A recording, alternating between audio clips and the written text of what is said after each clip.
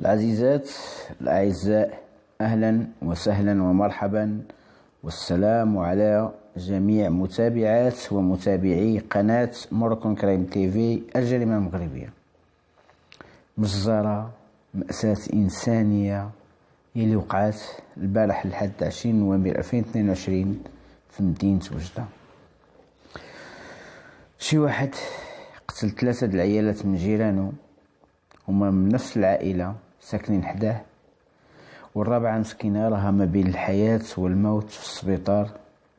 الله يرحم المرحومات ويصبر عائلتهم أو عائلتهم، والله يشافي المجروحة مسكينة، إن شاء الله ترجع لعائلتها في صحة أحسن، ولا حول ولا قوة إلا بالله العلي العظيم. رزاهم في حياتهم، ما عندي ما صراحة هادشي صباح كيألم هادشي الجرائم. البارح مع الزوال مع شي 11 و 45 دقيقة تقريبا وقعت هاد الجريمة الأبشع في تاريخ هاد المدينة الشرقية. هاد المأساة الإنسانية وقعت في الحي العسكري القريب من الحبس ديال وجدة. جاني في العمر ديالو 42 عام، ساكن هو ومو بوحدهم في ديك الدار.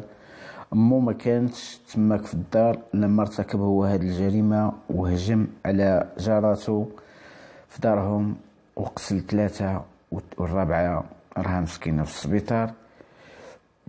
كما قلت هاد بنادم كان هاجر شحال هادي ديال إسبانيا، مشى حارق وصل سالم بلا ما يغلم طبعا، وبعد مدة غادي يشدوه البوليس ديال إسبانيا وغادي يرجعوه لبلادو. تم الترحيل ديالو نحو المغرب حيث ما عندوش أوراق الإقامة.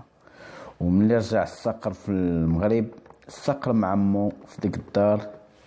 السيد ما كانش عنده شي خدمة قارة منين يكسب ويصرف ويعيش، كان على باب الله كل نهار وتيسيرو. كيعاود الناس عليه باللي كان طلونكيل وما عرفوا عليه والو، تاع الله أعلم شنو اللي كان وشنو اللي به حتى دار هاد الجريمة البشعة. البارح وقع ما لم يكن في الحسبان ديال أي واحد من ديك الحومة الهادئة. السيد استغل الوجود ديال ديك العيالات بربعة بيهم في دارهم بوحدهم، ما معهم حد، ما معهم تا راجل، ودخل عليهم دارهم مقابلة لدارو. دخل عليهم مع شي 11 ونص تقريبا، كيقولوا والله أعلم باللي دخل عليهم باش يدي ليهم الأغراض ديالهم، يعني يسرقهم وفي واضحة النهار. لكن العيالات قاوموه. وهنا فين غادي يجبد ديك الموس الكبير اللي كان مخبيه في حوايجو ويبدا يضرب فيهم واحدة تلو الأخرى، كل وحدة فين تصابت مسكينة بجروح بالغة، شي في صدرها، شي في عنقها، كل وحدة فين تصابت نزفوا دم كتير. وللأسف 3 ديال العيالات اللي ماتوا في عين المكان في مسرح الجريمة. الرابعة كما قلت راها في السبيطار الجامعي في وجدة في حالة صحية حرجة، الله يشافيها. ودعوا معها كمستمعين متتبعين، دعوا معها ربي يكون في حالها ورجعها لعائلتها في صحة جيدة. اللي ماتوا مساكن الله يرحمهم هم الجدة اللي في العمر ديالها 76 عام الله يرحمها، وبنتها اللي في العمر ديالها 45 عام تهي عليها الرحمات، وزيد بنتها الحفيدة اللي في العمر ديالها 19 عام الله يرحمها ويوسع عليها. اما اختهم اللي كبيرة عليها تقريبا بشي 6 سنين، يعني في العمر ديالها تقريبا 25 عام، هي مسكينة اللي تصابت وراها كتعالج في السبيطار، والله يشافيها ويعافيها ويا رب يكتب لها شي عمر جديد. هذه مسكينة اللي نجات استطاعت باش تهرب من الدار، خرجت كتجري واخا هي مصابة بجروح خطيرة.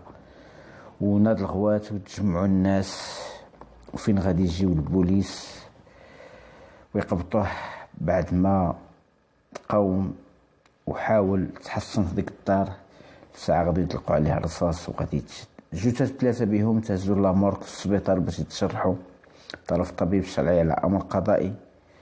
الوكيل العام ولصد الامر بالتشريح ديالهم في اطار الاجراءات القانونيه. الضحيه الرابعه كما قلت راها ما بين الحياه والموت، حتى الجاني حتى هو راه في السبيطار حيت تصاب ملي دخلوا البوليس باش يشدوه، تيراو فيه بالرصاص، عاد تمكنوا من السيطره عليه بالنظر لحاله الهيجان اللي كان فيها.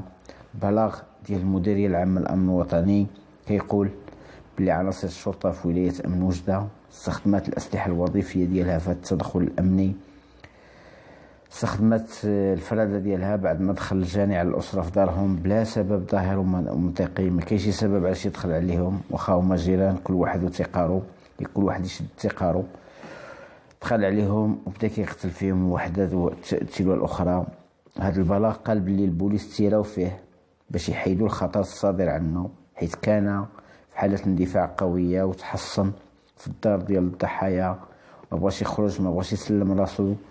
بوليس تيراو فيه 2 رصاصات تحذيريتين في الهواء، ماشي فيه عفوا، تيراو في السماء لعله عسى يستسلم ويقدم راسو بلا مشاكل، بلا ما يزيد شي مشاكل واحدة أخرى أو يزيد يوتر الأمور. لكن السيد أصر باش يبقى في ديك الدار ديال جيرانو، وبقى الخطر ديالو قائم. الشي اللي دفع البوليس باش يتيروا فيه مرة أخرى، ومرات طلقوا عليها 4 رصاصات وحدين اخرين استهدفات الاطراف السفلى من الجسم ديالو، فين تصاب بجروح في رجليه. هاد الجروح هي اللي تهز باش يتعالج منها في السبيطار، وراه دابا قيد العلاج في انتظار ما يتشافى ويشرعوا في الاستماع له. البوليس طلعوا للسطح ديال دار مجاوره لفين ديك الدار فين وقعت الجريمه وبداو كيتيروا فيه. وهذا الشيء اللي بينه واحد الفيديو قصير متداول في شبكات التواصل الاجتماعي كيبين تقريبا شي 6 العناصر الامنيه في السطح على أهبة الاستعداد لاطلاق الرصاص قبل ما يتسمع صوت الرصاص، وكذا يتسمع الغوات ديال العيالات عقب هذه الجريمه اللي خلفت صدمه كبيره في صفوف الجيران والناس ديال وجده، وماشي غير العائله ديال الضحايا مساك الله يرحمهم، وصبر لكل الافراد ديال العائلات ديالهم. الجاني تم الاحتفاظ به تحت الحراسه الطبيه في السبيطار في انتظار الاستقرار ديال الوضع الصحي ديالو باش يتسنى لا بي جي باش تخضعوا لاجراءات البحث القضائي اللي امرت به النيابه العامه بمحكمه استئناف وجده، وذلك للكشف عن جميع ظروف وملابسات وخلفيات ارتكاب هذه الافعال الاجراميه الخطيره. الاسباب ديال هذه المأساة الاجتماعيه او الفاجعه ما عرفها حد. كاين اللي كيقول سوء الجوار، وكاين اللي كيهضر على انه دخل باش يسرق، وكاين اللي كيقول على انه يعاني من اضطرابات نفسيه، وكل واحد وباش كيبرر. والله اعلم شنو هي الاسباب اللي دفعته باش يدخل على جاراتو ويدير فيهم ديك الحاله ويخلي الجيران كلهم باكين على فراقهم، مساكين كانوا دراوش ولا حول ولا قوه الا بالله. الاب مسكين دخل في صدمه نفسيه ملي رجع مع ولده للدار وساق الخبر باللي 3 من عائلته ماتوا والرابعه في خطر. الله يكون ليه في العوان. صعيب اللي وقع والصدمه قويه للجميع، ماشي غير ليه ولا لهذه العائله. كل واحد سمع باللي وقع يبكي من حيث لا يشعر بالنظر لبشاعه هذه الجريمه اللي ذكرتني بديك الجريمه الابشع اللي كانت وقعت في عين عيشه بتونات. ملي قتل شي واحد كيقولوا بان كيعاني من اضطرابات نفسيه. قتل 4 الاشخاص في نهار واحد ملي اعترض السبيل ديالهم وفيهم اطفال صغار، الله يرحمهم ولا حول ولا قوه الا بالله. هادشي ديال القتيله كيخلع، والله يهدينا حتى يدينا ولا يرد بينا. الله يهدي بنادم على نفسه قبل ما يهديه على ناسو. الانسان يدخل سق راسو ويبعد على المشاكل.